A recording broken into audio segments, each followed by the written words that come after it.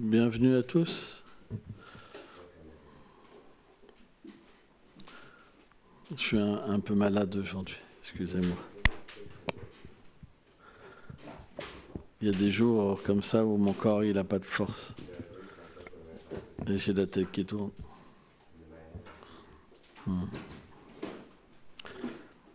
Om Ganati Milan Dasya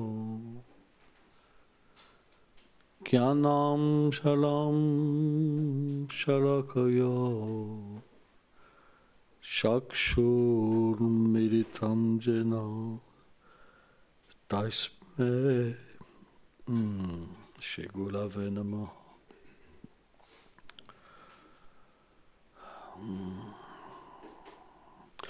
Namo Vishnu Padaya Krishna Prestaya Bhutale Shrimate Bhaktivedanta Swami Niti Namine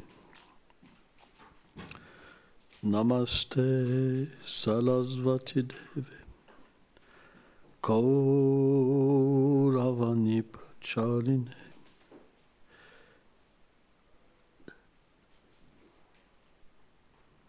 Nirveshesha Sunyavati Prachatya Deshatarine Vanchakalpa Talobhyacha Kripa Sindhu Pyae Vacho Patitanam Pavanebhyo Vaishnavebhyo Namo Namaha. Jayo Shri Krishna Chaitanya Prabhu Nityananda Shri Advaita Gadadhar Shri Vasadi Gaura Bhaktavinda. Hare Krishna Krishna Krishna Hare Hare Hare Rama Rama Rama Hare Hare. Oh.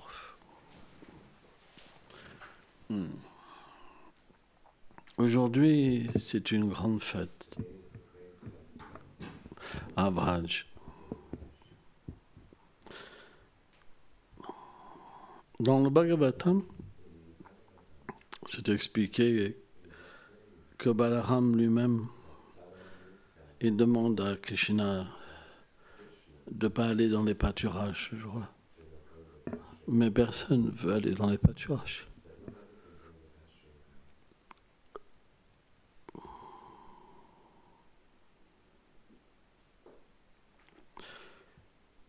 Tout le monde veut être avec Krishna.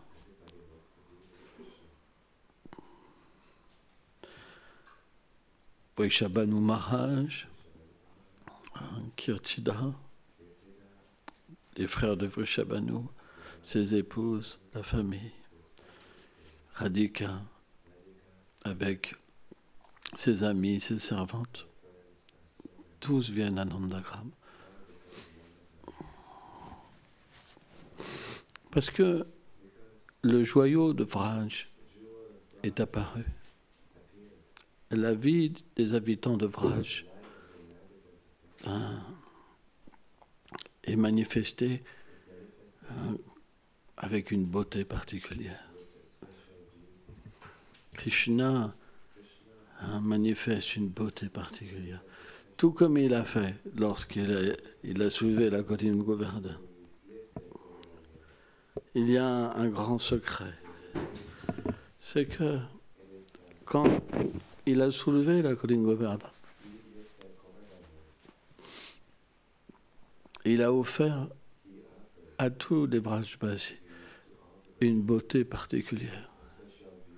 Parce que Radhika était là et buvait sa beauté. Et donc, lorsqu'elle boit la beauté de Krishna, Krishna manifeste sa pleine beauté. Tout comme lorsqu'il est associé avec elle. Donc, les Vrajbasis il pouvait avoir un darshan particulier pendant 7 jours et 7 nuits.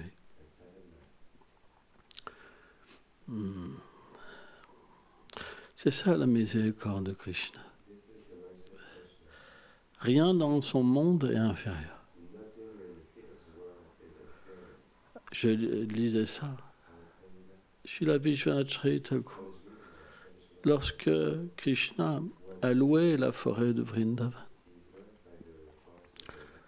et que tous ses sens étaient imprégnés de sentiments d'amour, parce que Vrindavan est une manifestation de Radhika. Et lorsqu'il a entendu ces oiseaux qui chantaient d'une façon si merveilleuse, parce que ils chantaient ces gloires d'une manière merveilleuse, comme si Radhika elle-même était entrée dans leur cœur. Et il a dit, par l'intermédiaire de ce grand dévot, que ces oiseaux avaient atteint le plus haut niveau d'amour. Donc, on doit comprendre que dans cette région de Vraj, lorsqu'on dit Shantalas, ce n'est pas la neutralité. C'est des êtres qui ont tellement d'amour. Parfois, on met des fleurs sur les oreilles de Krishna.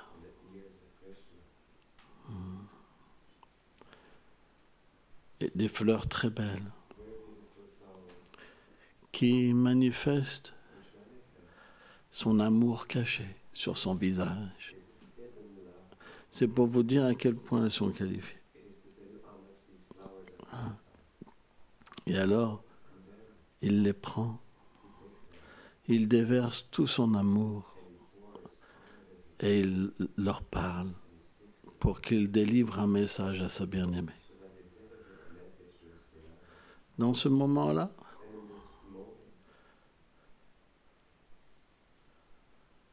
tout l'amour de Krishna est transporté dans ces fleurs,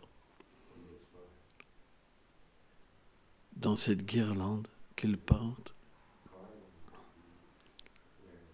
Tout son amour pour Radhika est présent aussi. Le parfum de sa forme, qui est présent sous la forme des lotus, et aussi d'un parfum que ses serviteurs mettent sur sa forme.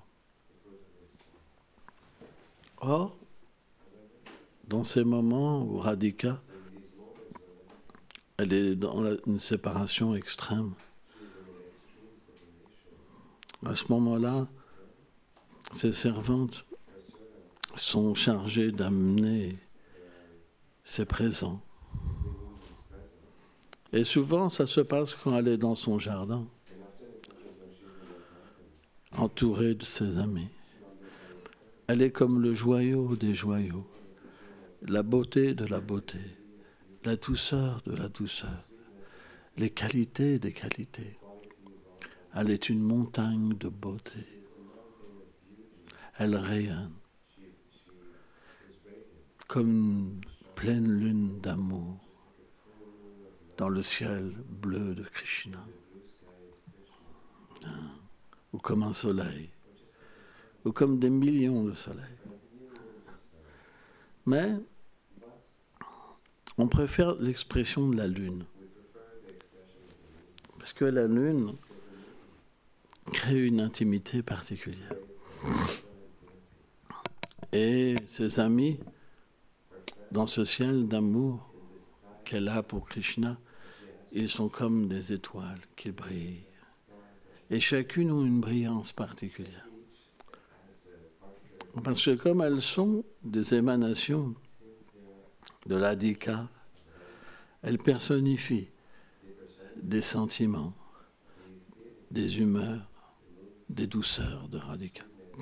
C'est pourquoi elles rayonnent dans ce ciel comme des étoiles. Mais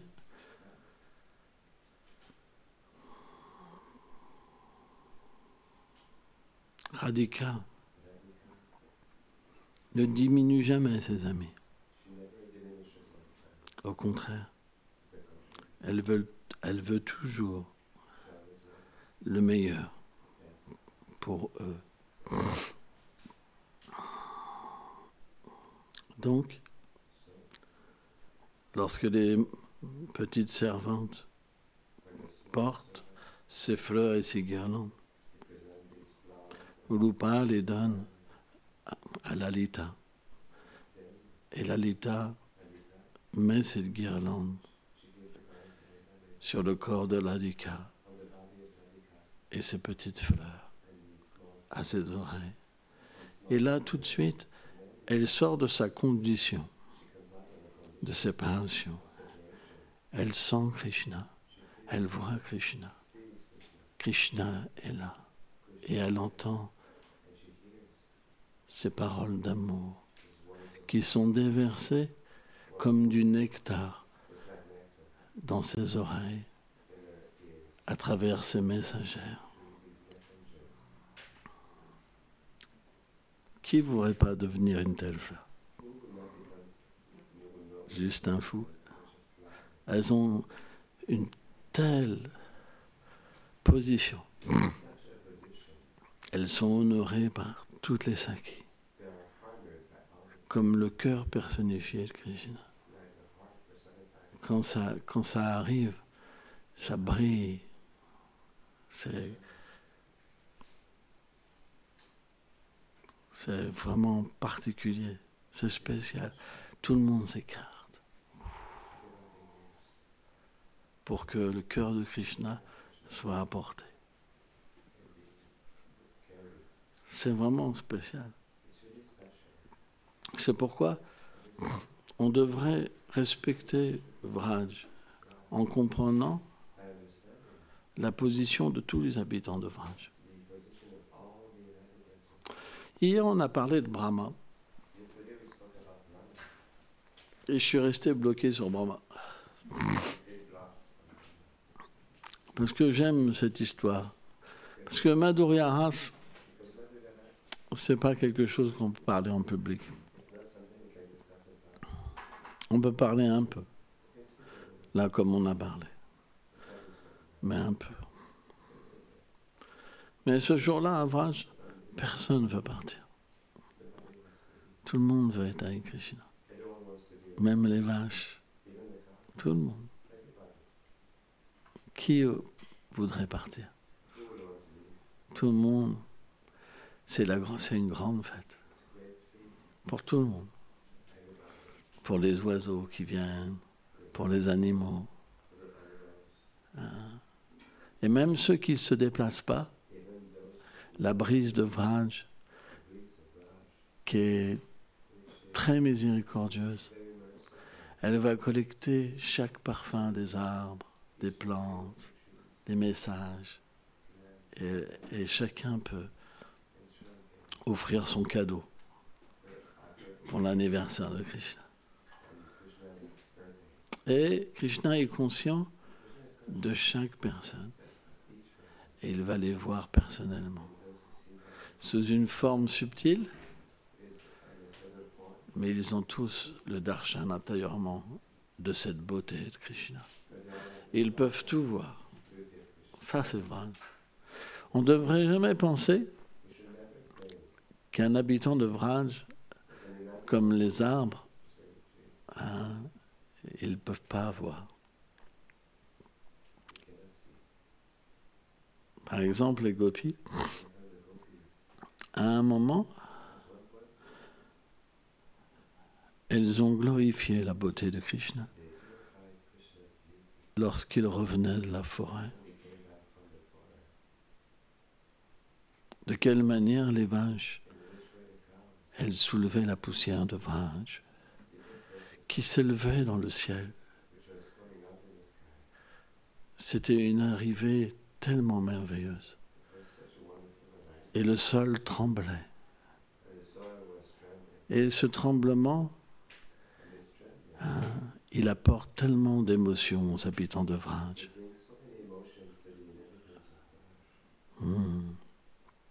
Et cette poussière, elle semble à la félicité personnifiée qui danse. Et elle se dépose sur le beau visage de Krishna, sur ses membres, comme des paillettes de différentes couleurs qui brillent et qui donnent une beauté particulière à Krishna. Et elles décrivent sa beauté. Mais les acharyas expliquent qu'elles ne voient pas Krishna, mais que Krishna se révèle à l'intérieur d'eux-mêmes. Krishna est encore loin, mais elles peuvent directement faire la description de chaque partie du corps de Krishna. Ça, c'est la dévotion. Quand on a de la dévotion, on peut être conscient de chaque partie du corps de Krishna.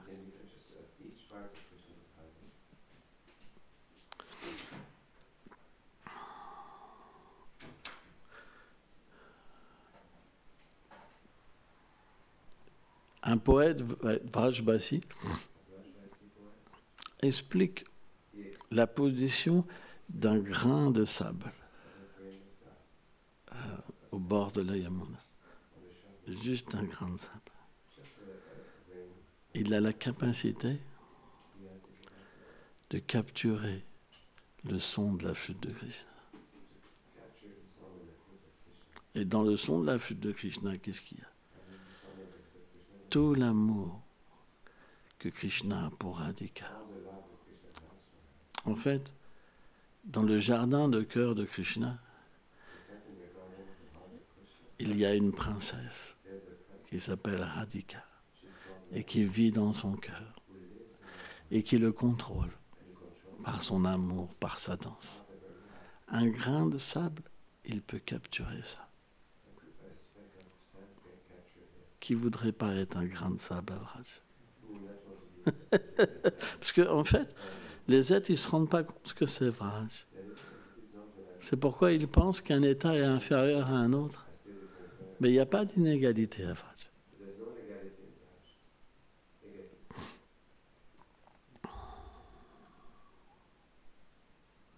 Même les lacs. Il y a des lotus. Les lacs, ils sont des manifestations des sentiments de Krishna. Radharani, autour du Radhakund. Et les lotus qui poussent, ils sont directement en relation avec ces sentiments. Ils peuvent se fermer et s'ouvrir, comme les propres émotions de Radharani. Qui ne voudrait pas être un lotus?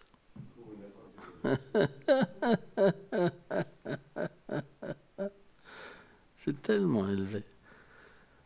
Mais quand on est un matérialiste, quand on entend ces choses-là, on ne peut pas capturer. Il faut une miséricorde spéciale. L'orgueil nous empêche de goûter ce nectar. C'est juste pour ça qu'on ne goûte rien. C'est pour ça qu'on ne peut pas voir ce plan supérieur. Ou qu'on est fatigué quand on entend ça. On devrait complètement être éveillé à l'amour et goûter. Mais le sommeil vient. Ça, c'est l'orgueil. Parce qu'on est coupé de ce lien à cause de cet orgueil. Je veux être dans mon royaume. Mais dans mon royaume, il n'y a pas ça. Il y a juste la souffrance. C'est juste la souffrance. On est entouré de personnes qui nous font souffrir. Parce qu'il n'y a pas Krishna. Brahma, il a un certain orgueil. Eh oui, il est né de la fleur du lotus de Krishna, de Narayan, Vishnu, Garbhokesh Vishnu. Il a accompli les austérités. Il a vu le Seigneur Narayan. Mais il n'est toujours pas conscient de sa réalité. Il va même jusqu'à vouloir tester Krishna. Alors bien sûr, c'est organisé, ce lit-là, par l'énergie de divertissement du Seigneur. Krishna voulait que quelque chose se passe. Donc ils ont fait quelque chose avec Brahma. Il a servi d'instrument, le créateur de l'univers. Allez, on va l'engager dans les divertissements de Krishna. C'est vrai, hein? Ça s'est passé comme ça. Il a servi juste d'instrument comme ça. Et il était étonné. Quand Krishna a tué le démon Aghasura, qui était tellement gigantesque, Krishna était tellement petit. Mais il a dit, je vais tester. Est-ce qu'il est mon Seigneur? Parce qu'il voyait à travers la grandeur. Il n'avait pas la qualification pour voir à travers la douceur. Il était une âme conditionnée. Je suis Brahma. Je suis le créateur de l'univers. Alors bien sûr, il a une grande capacité d'adorer le Seigneur Narayana. Mais dès que le Seigneur manifeste sa douceur, il n'a pas de qualification. Et en même temps, c'est sa qualification. Parce que lorsqu'on a une Swarup à Goloka Vrindavan, on ne peut pas développer une forme à 4 bras. Et c'est la preuve que la Swarup est fixe. Parce que sans ça, il aurait développé une Swarup à 4 bras. Mais il n'avait toujours pas conscience de sa réalité éternelle. C'est une réalité. Donc Krishna a manifesté ce divertissement pour permettre à Brahma de comprendre sa position. C'est vraiment particulier ce divertissement. Donc, on connaît l'histoire. Mais c'est très beau. Parce qu'avant que Brahma il soit engagé dans son service, Krishna est venu au bord de la Yamuna. Et le sable était si beau. C'est comme si la lune s'était déposée comme un théâtre. Parce que la lune, elle manifeste des sentiments spéciaux la nuit. Pour que les sentiments de Radha et Krishna puissent véritablement immerger de leur être.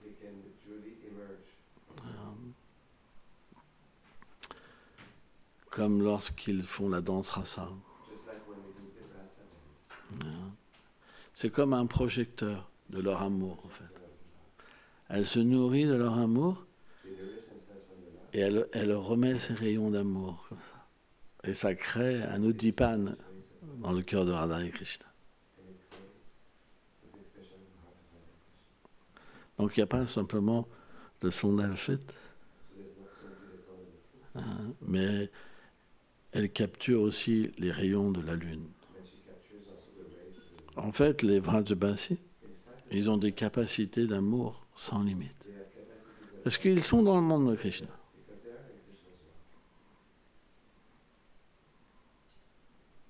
Et dans le monde de Krishna, tout est sans limite. Donc quand Krishna a vu cet endroit, il a pensé à Radhika, le chant des oiseaux, les arbres merveilleux qui donnaient de l'ombre, les parfums, la brise qui le caressait. Et il a commencé à glorifier tous ses dévots. Et lorsque Krishna ressent quelque chose, il est comme le cœur d'une fleur. Tous ses associés, selon leur qualification, ont été pris dans le sentiment de Krishna.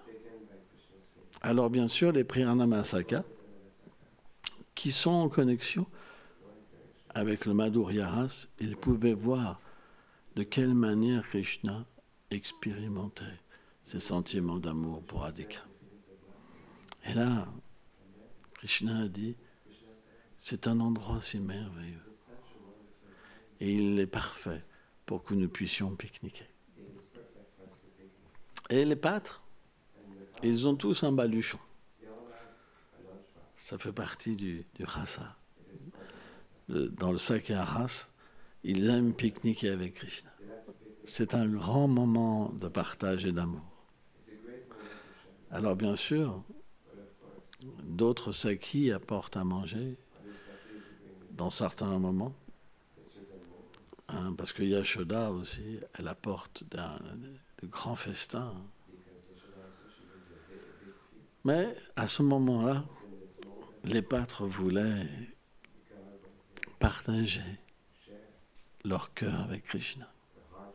Et ce qui est mystique, c'est que Krishna, il s'est assis au milieu, et quand chaque pâtre se mettait en face, ils avaient Krishna en face. Et ils étaient tout autour, et Krishna était en face d'eux. Et la deuxième rangée, ils voyaient Krishna en face d'eux. Et la troisième, ils voyaient Krishna en face d'eux. Et la quatrième, et la cinquième. Tout le monde, tous les pâtres, ils voyaient Krishna en face d'eux, que pour eux. Et qu'est-ce qu'ils pensaient? Je suis le préféré de Krishna. Krishna, il me donne quelque chose de particulier que tous les autres n'ont pas. Vous vous rendez compte? C'est quand même extraordinaire. Et là, leur sentiment d'amour pour Krishna, il augmentait. Et ça touchait Krishna. Et la beauté et la douceur de Krishna augmentaient. Et plus Krishna devenait beau, plus les pâtres devenaient beaux. C'était comme une fleur de lotus qui manifestait son odeur pleinement et qui distribuait son pollen dans toutes les directions. Waouh!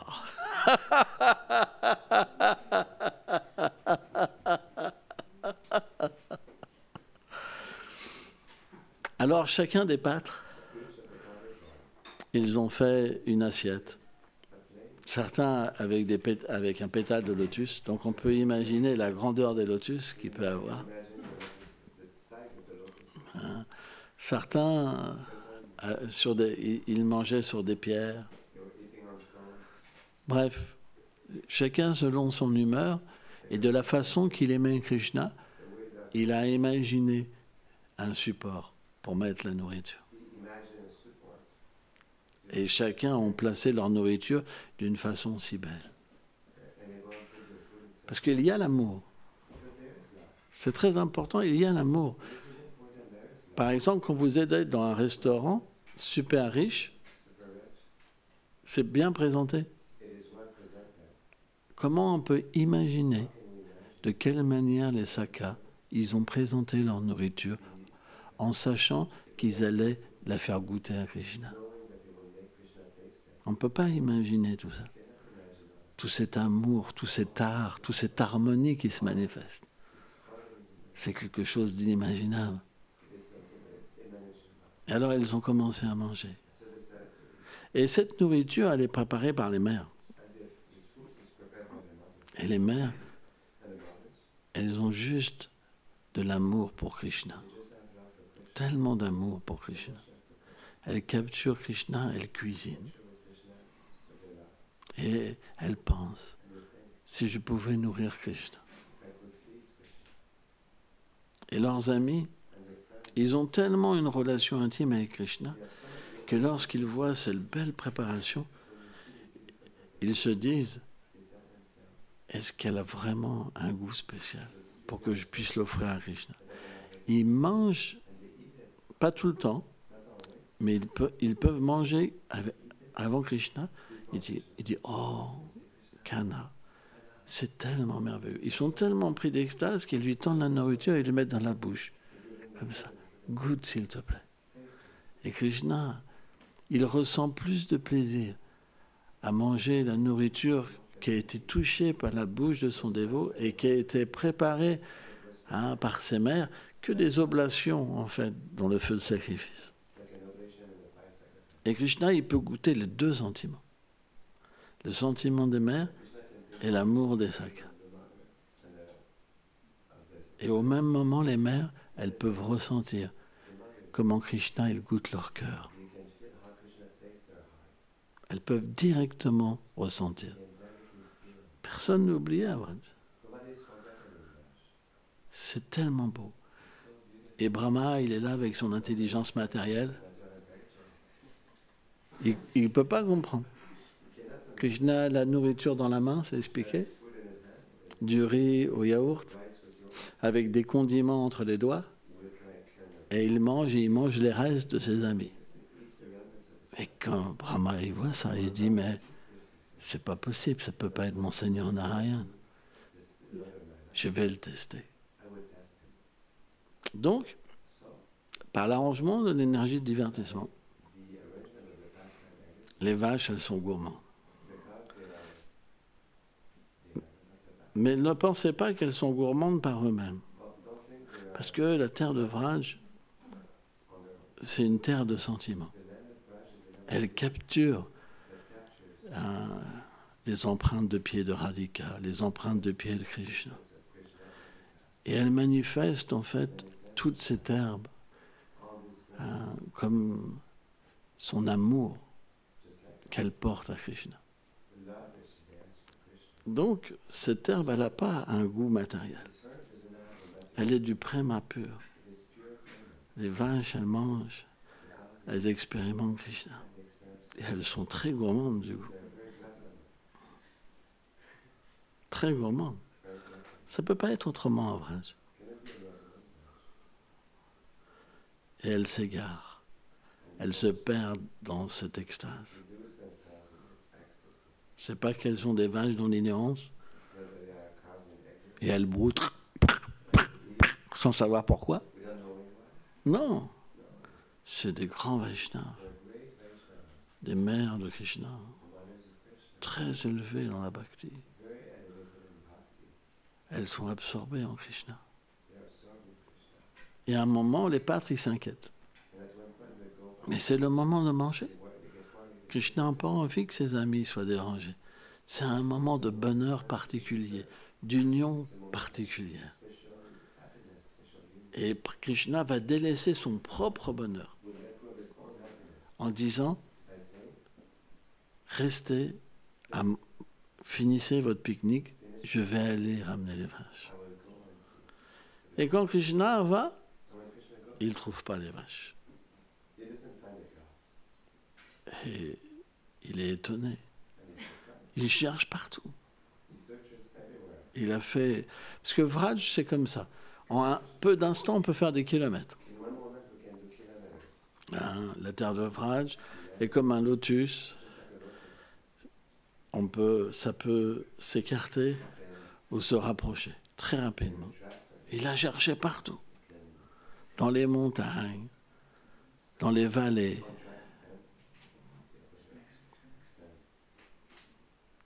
Il a cherché partout, dans les montagnes, dans les vallées. Voilà. No blabla. Et quand il est revenu, ses amis avaient disparu. Et il y a deux opinions, en fait, sur ce divertissement. Sanatana Goswami explique que Krishna était vraiment perdu et peiné. Parce qu'il avait perdu ses amis et il n'avait pas pu retrouver les vaches. Il était complètement perdu.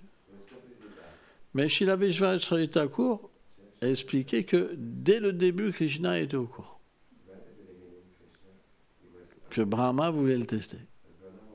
Et donc, c'était comme une mise en scène. Donc, qu'est-ce qu'on peut comprendre maintenant? Les deux vérités s'harmonisent. Il y a la douceur et la puissance. C'est pourquoi les deux sont une même réalité. Mais pour que le divertissement se continue, Krishna a laissé sa puissance se manifester. Oh, c'est Brahma qui veut me tester. Alors il a manifesté un lila particulier, très beau. Parce que Brahma a servi d'instrument parce qu'il voulait récompenser ses mères. Chaque vache à Vraj, elle veut Krishna comme veau. Elles aiment Krishna comme leur propre enfant. Et Krishna, qu'est-ce qu'il fait? Il tète leur pie directement. Il se multiplie, il tète leur pie, comme un veau. Donc c'est leur veau, Krishna. Et chaque mère, elle veut Krishna comme enfant. Quand elles habillent leur enfant, quand elles baignent leur enfant, elles pensent à Krishna. Et l'enfant, il pense à Krishna. Tout le monde pense à Krishna. C'est un festival d'amour pour Krishna. L'habillage, c'est un festival. D'ailleurs, les sakas, parfois, ils disent « Ma, pourquoi tu mets autant de temps à m'habiller? Je vais rater Krishna et le départ à Nandagram. Pourquoi tu mets autant de temps? Dépêche-toi, il faut que je parte. » Et la mère qui est absorbée en Krishna, elle dit « Mais non, mon enfant, calme-toi. On n'entend personne dans les rues. Toutes les mères sont en train d'habiller leur enfant. Si je ne t'habille pas correctement, que je ne te mets pas tous ces bijoux, ce turban, que vont dire tes autres amis? Ils vont se moquer de toi. Et Krishna, il peut être qu'heureux que si tu es beau. Il y a comme ça parfois des agitations dans l'amour.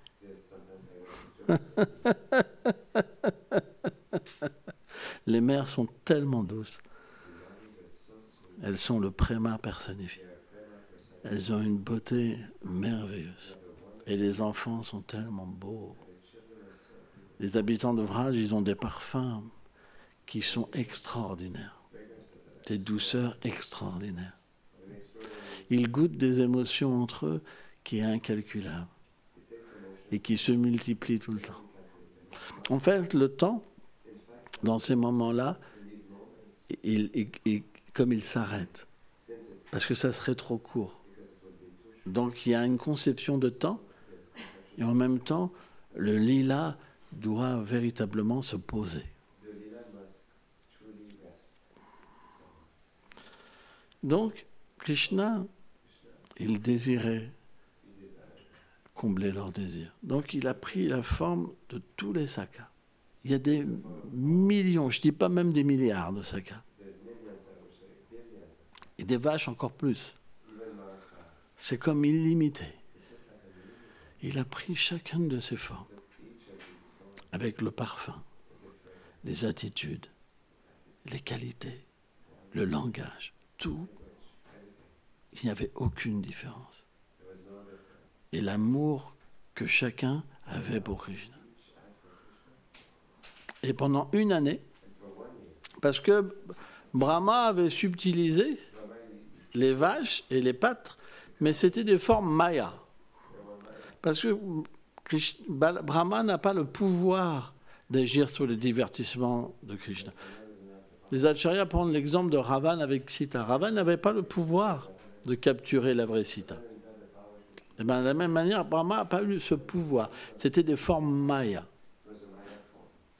C'est quelque chose d'inconcevable. Et donc, il les avait placés dans un endroit. Et un instant de Brahma, c'est une année. Donc, pendant une année, Krishna a pu se divertir en étant les veaux des vaches et les enfants des mères. Et ce qu'il y a d'extraordinaire dans ce divertissement, si vous êtes fatigué, vous me dites, hein, j'arrête. Hein?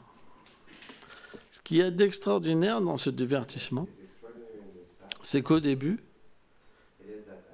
les enfants, ils étaient comme identiques. Mais comme les mères, elles manifestaient l'affection pour Krishna, Krishna était obligé de réciproquer avec leur amour. Et leur amour, elle a atteint le même niveau que Yashoda, en fait, graduellement. Et Krishna a été obligé de manifester les mêmes qualités, les mêmes douceurs à travers ses enfants que lui-même, en fait. Donc, au bout d'un an, juste avant, parce que Balaram, ce jour-là, c'était son anniversaire. Donc, il n'avait pas pu voir tout ce divertissement. Parce que la raison qui est donnée par les acharyas, c'est que le Balaram n'aurait pas supporté d'être séparé de Sridham, Sudam, Subal, tous les plus grands, en fait, Saka. Il n'aurait pas séparé, comment dire, il n'aurait pas supporté cette séparation.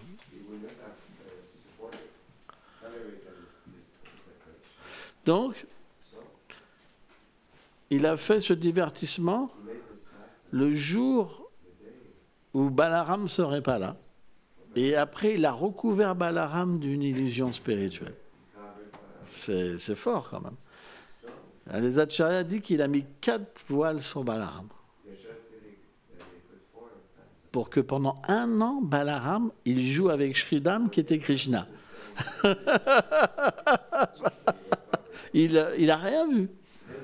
1 an. Pourtant, Balaram, c'est celui-là qui manifeste toute la diversité du monde transcendantal. Et il n'a rien vu pendant 1 an. C'est quand même incroyable comme divertissement. Et c'est seulement au bout d'1 an que les pâtres ont fait une erreur, les jeunes pâtres, parce qu'à ce moment-là, Krishna, il avait la garde des veaux.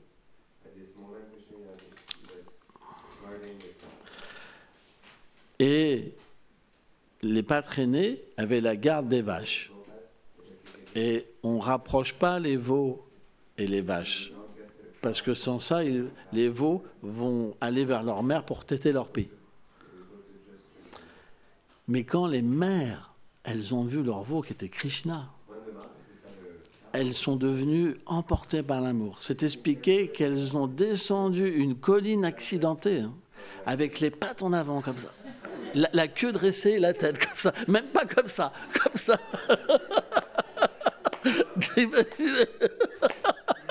Personne ne peut faire ça.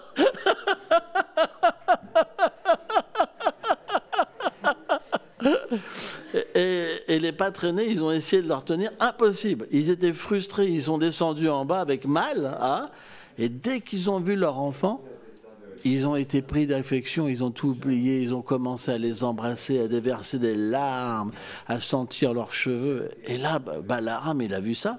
Donc c'est la première couche qui est partie. Balaram a vu ça et dit, mais c'est bizarre. C'est bizarre, tel amour. J'avais jamais vu ça avant. Pourtant, pendant 1 an, il a vu ça. Et là, un voile part. Et puis au fur et à mesure que les voiles partent, il a pu voir que c'était Krishna qui s'était multiplié. Mais, le lendemain, c'était le jour d'anniversaire de Balaram. Et il n'était pas là encore.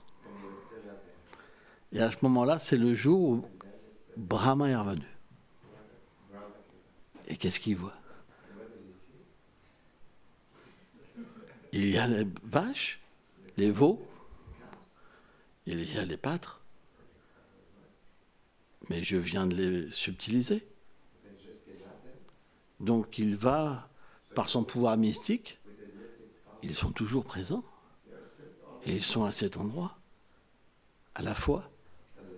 Qui a fait cette magie? Là, il a commencé à être perturbé.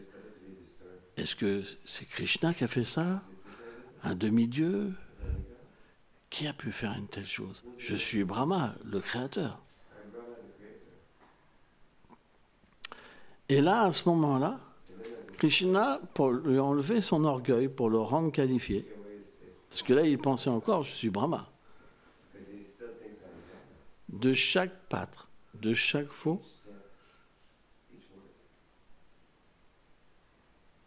la déité du cœur de Brahma, Narayan, se manifestait. Entouré, en fait, c'était les Narayan de chaque univers. De chaque planète, en fait, non, excusez-moi. Oui, c'est ça. En fait, c'était Garbhokasha et Vishnu, de chaque univers qui se manifestait de cette manière-là, avec les différents Brahmas, avec les différents Shivas, et avec tous les différents demi-dieux, avec le karma personnifié, etc. Il y avait tellement de choses extraordinaires. Et Brahma, il a commencé à voir tout ça. Il était complètement emporté par la stupéfaction. Et parce qu'il était trop emporté par la stupéfaction, Krishna a enlevé son énergie. C'est comme tout était rentré en Krishna. Et là, Brahma, il a vu Krishna dans une douceur particulière. Il cherchait ses veaux, il cherchait ses amis, comme si qu'il était déconcerté. Imaginez-vous la scène. Vous êtes Brahma le créateur, vous avez subtilisé tous les amis de Krishna et toutes les vaches, vous revenez, ils sont toujours là. À un certain moment, le Seigneur Narayan et tous les demi-dieux se manifestent de chaque vache et de Jadvo, et d'un seul coup, il ne reste plus que Krishna en train de chercher ses vaches, comme si qu'il était dans l'ignorance et dans l'illusion. C'est chaud, hein? Et Krishna a fait un cadeau spécial à Brahma, c'est qu'il a pu le voir danser. Il a attiré en fait Brahma dans son cœur. Il a pu voir Krishna danser d'une si belle manière.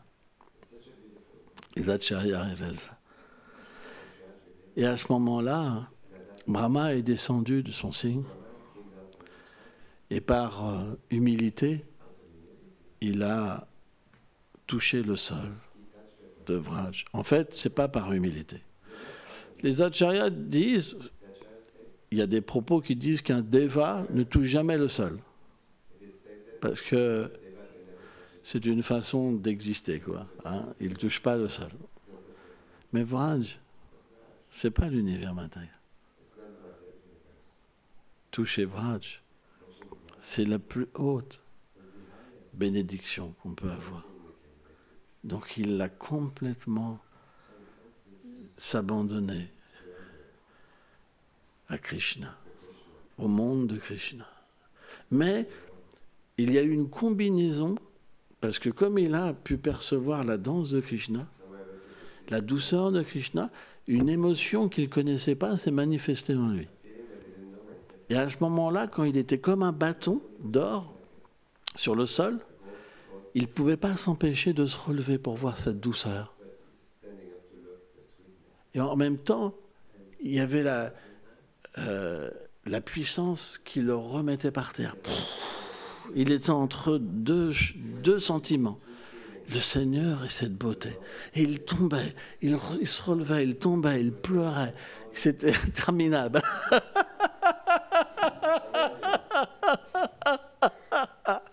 Parce qu'un sentiment particulier était né en Brahma. Parce que Brahma est un Vrajbasi. Oh, sa Swarup est un Vraj. Donc, Krishna l'avait enlevé son orgueil pour le préparer à accepter la douceur. C'est tellement merveilleux comme divertissement. C'est pour ça le rôle du gourou, c'est d'enlever l'orgueil du disciple. Parce que tant que l'orgueil est là, qu'il pense qu'il peut y arriver par soi-même, etc., il ne peut pas atteindre Vraj. Et Krishna a fait ce divertissement particulier pour permettre à Brahma de devenir notre acharya, en fait. C'est pas pour rien qu'il est notre acharya. C'est parce que sa Swarup est une gopi. Et c'est pour ça que Krishna a fait cette danse particulière. Et là, je vais lire parce que je ne suis pas servi de l'ordinateur. Il n'y a pas vraiment besoin. Mais bon, et là, il a commencé à offrir des prières tellement belles. Oh là là là là là là. Pourquoi? Parce qu'il était capturé. Il connaissait que Narayan. Et là, il voit quelque chose qui le fascine davantage. Ta forme est tellement belle. Elle a capturé mon cœur. Elle m'apporte dans une région que je ne connaissais pas. C'est la pure dévotion. C'est tellement beau.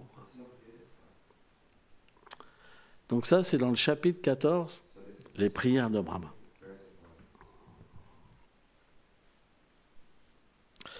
Brahma dit, ô Krishna, tu es le Seigneur suprême vénérable.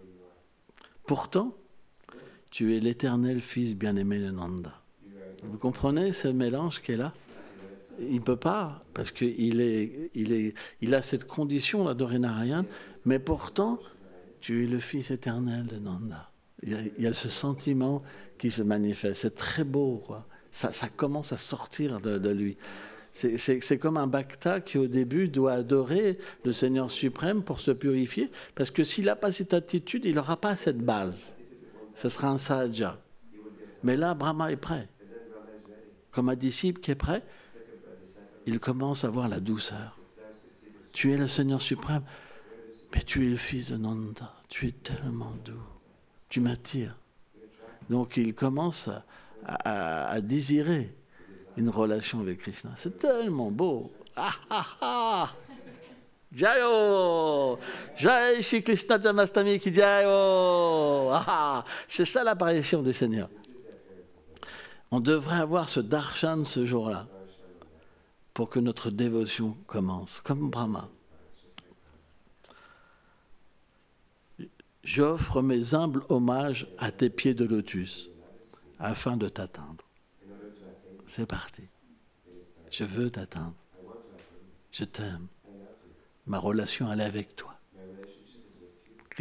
Brahma est conquis. C'est parti. Je contemple ta forme transcendantale au teint bleu foncé, tel que celui d'un nuage de pluie. Et c'est très intéressant.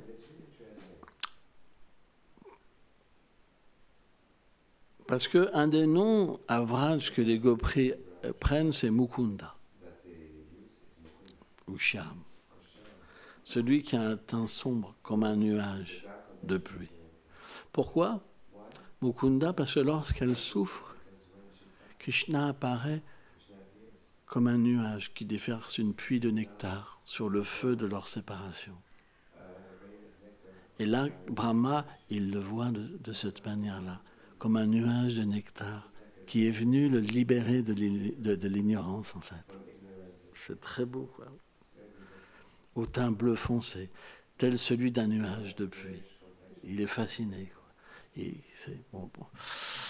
Tu es vêtu d'un vêtement jaune qui a la brillance de l'éclair.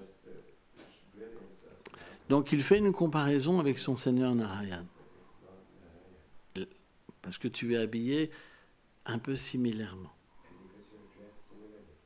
Mais la beauté de ton visage resplendit, avec des boucles d'oreilles faites de baies de kunj et des plumes de pan sur le sommet de ta tête.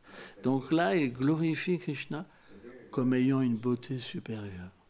Bien que le Seigneur Vishnu ait des boucles d'oreilles d'alligator, et que tes boucles à toi, elles sont faites de choses si simples, de baies de kunj, mais elles m'apparaissent comme une merveille encore plus sublime. Donc on ne va pas, sans ça je vais avoir besoin de 3 heures. Mais, donc, Brahma a eu une miséricorde spéciale. Parce qu'à ce moment-là, il a désiré Vraj. Et ça, à un moment donné, on rencontre pas directement Krishna, mais son représentant. Et à un moment donné, on peut recevoir cette miséricorde d'être conscient de notre réalité. Sans ça, c'est pas possible. C'est ce que révèle aussi ce divertissement. Il faut être dépouillé de l'orgueil, pas un gourou. Un véritable Vaishnav. Pas quelqu'un qui parle mais qui n'a pas vu Krishna.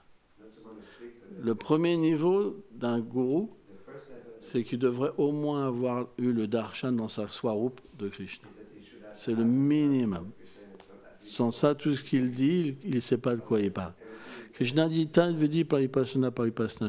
Celui qui m'a vu, celui qui parle avec moi. C'est très important. Ok, on va s'arrêter. Jai Shri Krishna Tamastami. Oh, pardonnez-moi. J'ai dû parler avec arrogance et orgueil. J'étais très malade et je suis en pleine forme.